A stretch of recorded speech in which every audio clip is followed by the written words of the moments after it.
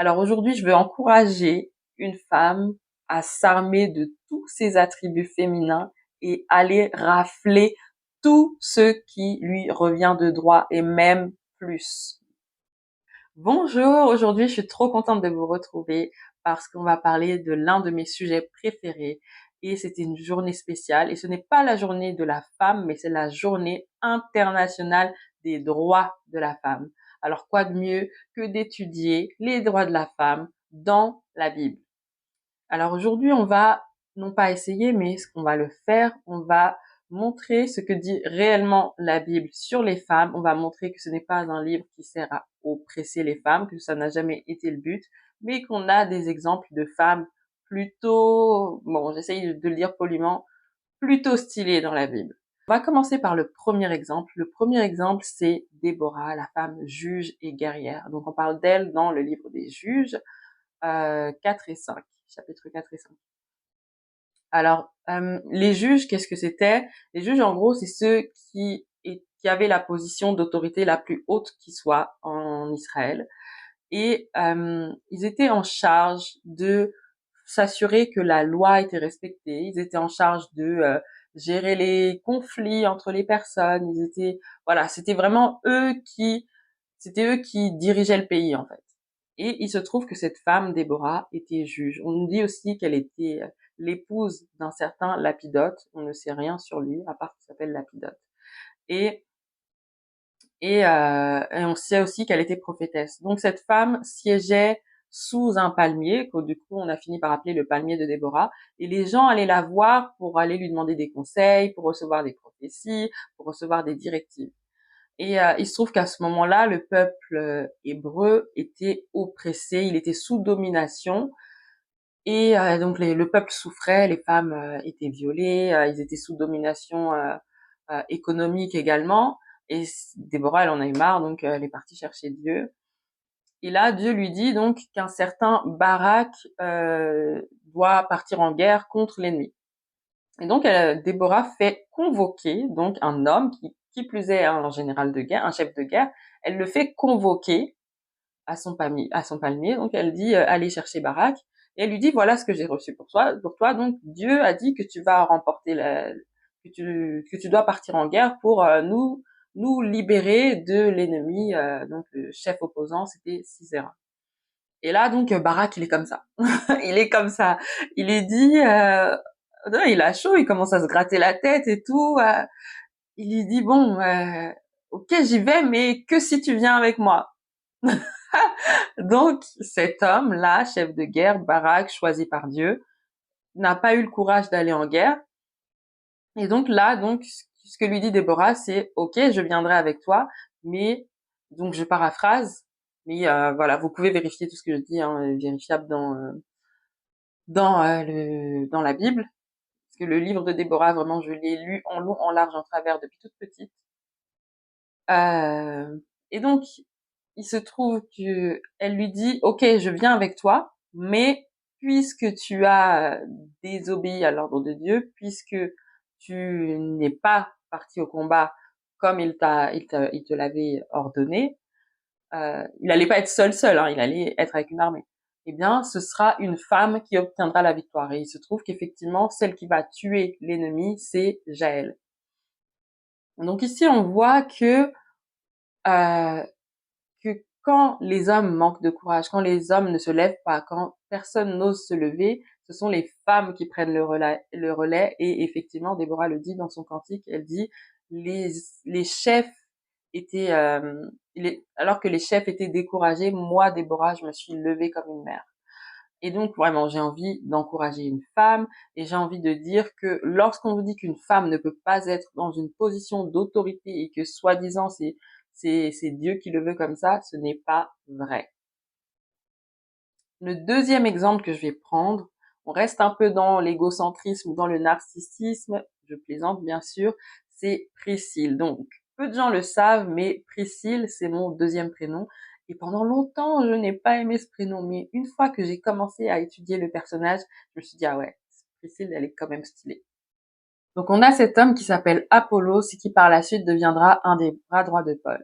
Cet homme qui s'appelle Apollos, donc, prêche la parole dans les rues, il parle de Jésus-Christ, il dit que Jésus-Christ est le Messie, il parle du baptême de Jean-Baptiste, donc le baptême par immersion dans les eaux, mais il ne parle pas du Saint-Esprit, il ne parle pas de la venue du Saint-Esprit, il en a même en fait jamais entendu parler, il ne parle pas du baptême de feu, et de toutes ces choses qu'on a découvertes en fait dans les Actes des Apôtres, etc.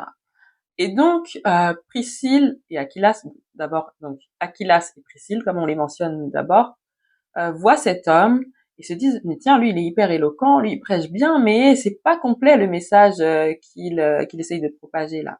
Donc, ils le prennent sous leur aile, et donc je vais vous lire le passage. Donc, en fait, c'est dans Actes 18, 26, 27. Aquilas et Priscille, l'ayant entendu, le prirent avec eux et lui exposèrent plus exactement la voie de Dieu. Comme il voulait passer en Achaïe, les frères l'y encouragèrent et écrivirent aux disciples de le bien recevoir. Quand il fut arrivé, il se rendit, par la grâce de Dieu, très utile à ceux qui avaient cru. Donc on voit là que Aquilas et Priscille, ce couple chrétien, ont pris cet homme sous leur aile et l'ont enseigné.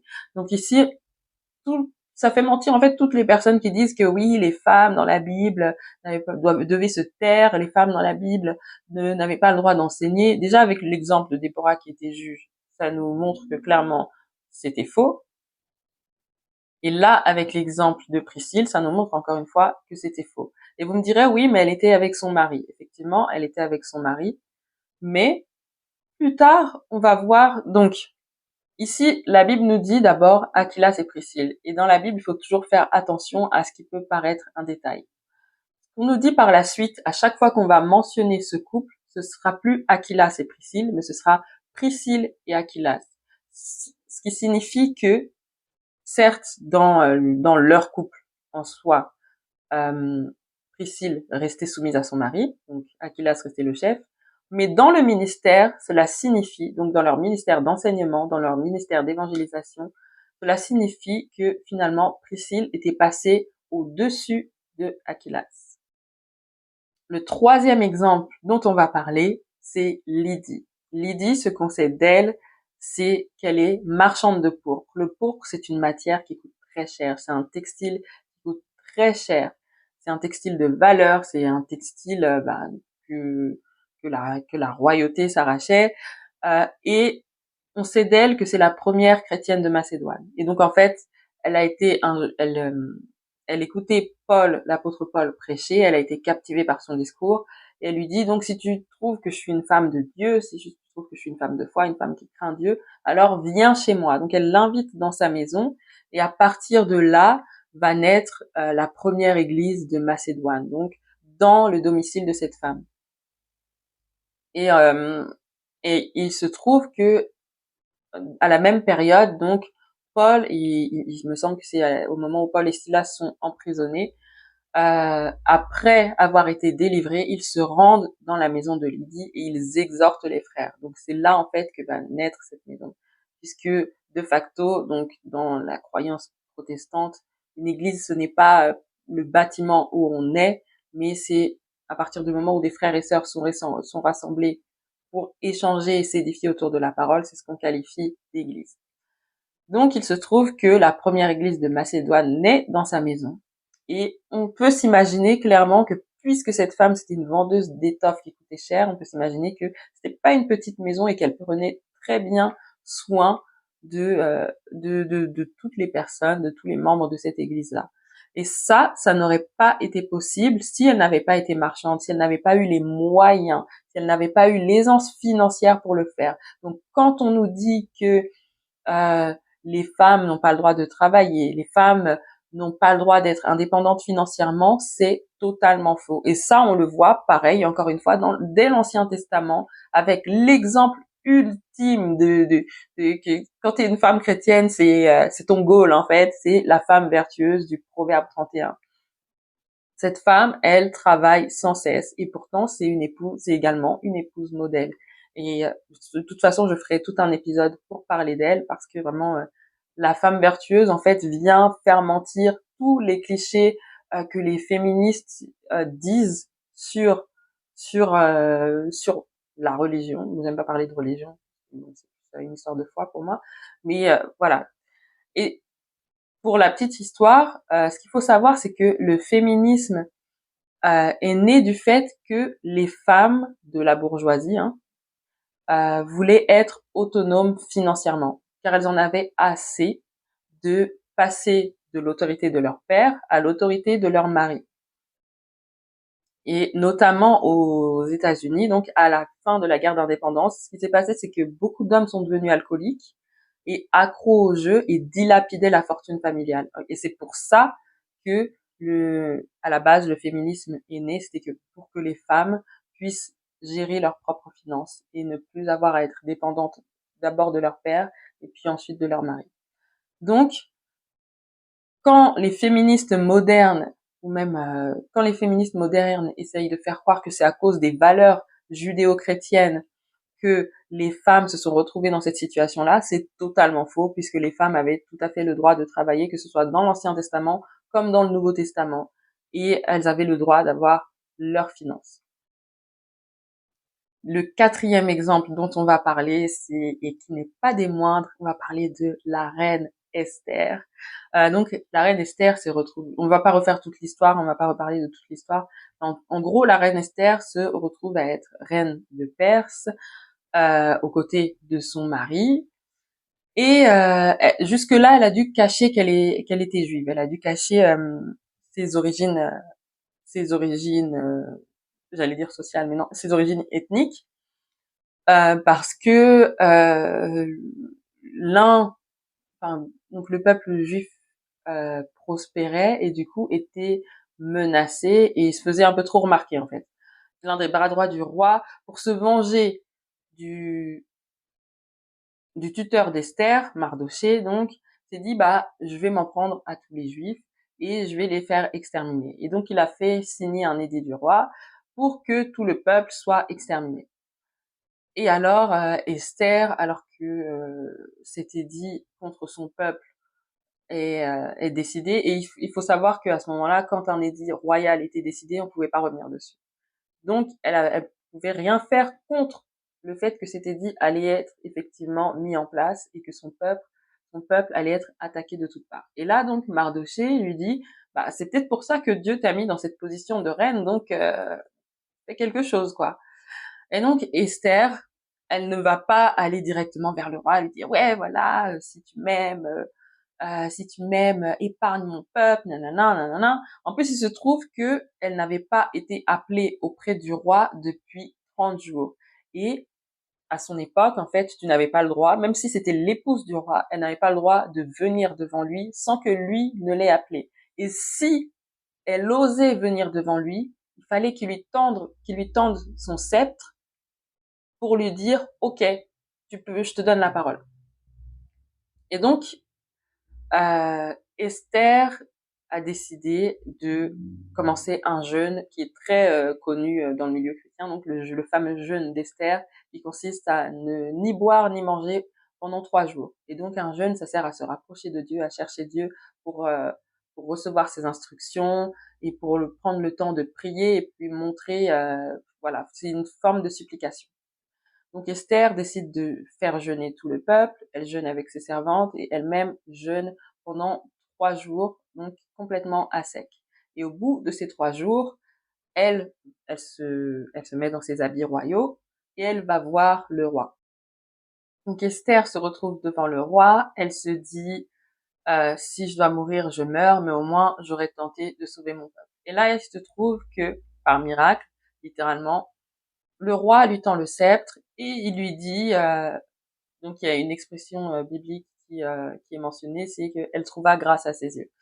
Et donc il lui dit, que désires-tu? Et si c'était même la moitié de mon royaume, je te le donnerais. Et donc elle l'invite à un festin. Puis lors du festin, elle lui dit viens encore demain. Et donc lors de cette invitation, il vient avec son fameux sbire qui voulait exterminer le peuple d'Esther, donc les Juifs. Et elle lui dit bah voilà, il y a quelqu'un qui veut tuer mon peuple. Et là, elle révèle donc son origine. Et il lui dit, mais c'est qui que je me charge de lui, etc. Et donc elle lui dit, bah voilà, c'est lui, c'est Naaman.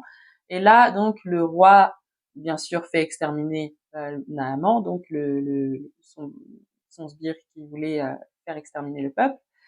Et comme l'édit ne pouvait pas être renversé, il dit à Esther, ok, bon, quand je signe un édit, je peux pas revenir dessus, mais ce que je vais faire, c'est que je vais donner droit à ton peuple sans réserve de pouvoir se défendre. Et voilà, donc il y a une série de lois qui sont, c'est-à-dire qui sont votées, non, qui sont déclarées, qui font que finalement le peuple d'Israël va pouvoir se défendre face à leurs assaillants. Et suite à ça, il y a énormément de conversions, etc., etc., etc. Et donc, en fait, on voit ici que ça nous fait mentir tout ce qui dit que oui, les femmes n'ont pas le droit à la parole, les femmes au foyer n'ont pas le droit à la parole et elles n'ont aucun pouvoir. Non, c'est pas vrai. Et en fait, quand on parle d'Esther, on est obligé de mentionner Vashti. Vashti, c'est la reine qui était établie avant Esther. Et en fait, elle a perdu son titre. Pourquoi? Parce qu'un jour, lors d'un festin bien arrosé du roi, avec ses amis, disons, il dit, ouais, faites venir ma femme. Et c'est pas seulement faites venir ma femme, en fait, pour que je vous montre à quel point elle est belle. En fait, ce qu'il y avait sous-entendu derrière, c'est qu'elle devait défiler nue. Donc, on est toutes d'accord, hein, en soi, elle avait raison de refuser. Et comme elle a refusé, elle a été plus ou moins bannie. En tout cas, elle n'a plus eu aucune intervention publique. On l'a plus jamais revue. On n'a plus jamais entendu parler d'elle. Et suite à ça, donc le roi a cherché à avoir une nouvelle femme et il a fait un genre de casting et c'est Esther qui l'a remporté. En gros, c'est ça. Allez lire le livre d'Esther. Mais et en fait, la différence entre ces deux femmes, c'est la sagesse. Parce que même si Vashti avait raison, la façon dont elle a réagi, la façon dont elle a voulu revendiquer ses droits, a fait qu'en fait, elle a tout perdu. Alors qu'au contraire, Esther, elle est d'abord partie chercher Dieu, elle est partie prier, elle a activé sa foi et c'est sur la base de sa foi et de l'instruction qu'elle a reçue du Seigneur et que le courage que Dieu lui a donné euh, lors de son jeûne, de sa prière, qu'elle a pu agir et obtenir même au-delà de tout ce qu'elle attendait, de tout ce qu'elle espérait. Et donc, si on parle de revendication, on est obligé de prendre ce 5e exemple qui est Aksa. Donc, Aksa, c'est la fille de Caleb. Caleb, c'est l'un des grands héros de l'Exode. Donc, là, pour situer le moment dans la Bible, c'est en fait, les Hébreux arrivent, ils sont à 2 pas de Canaan, ou alors ils sont arrivés, je sais plus exactement. En tout cas, ils sont sur le point d'arriver de se répandre sur la terre promise. Donc ils se partagent les territoires et donc Caleb se voit attribuer des territoires et Caleb n'a pas de fils. Et donc on sait que à l'époque, dans ce système, l'héritage se passait de père en fils. Et donc Caleb n'a pas de fils. Il décide de marier sa fille, de faire marier sa fille, et pour pouvoir plus ou moins avoir un héritage, quoi. Et donc il fait marier sa fille, et là sa fille dit à son mari qui s'appelle Othniel, elle lui dit euh, écoute, bah va demander des terres à mon père parce que là il nous a donné que des terres arides en fait. Donc s'il te plaît, vas-y. Et on n'a pas le dialogue entre deux, mais il se trouve que finalement c'est elle qui y va et qui va placer sa requête devant son père. Donc je vais lire le passage. À son arrivée, donc à son arrivée dans la maison de son époux, à son arrivée, elle l'incita à demander un champ à son père. Ensuite, ça nous dit directement, il n'y a pas d'entre-deux, on ne sait pas ce qui se passe. Elle sauta de son âne et Caleb lui dit, qu'est-ce que tu as? Elle répondit, accorde-moi une faveur, car tu m'as donné une terre du sud. Donne-moi aussi des réservoirs d'eau.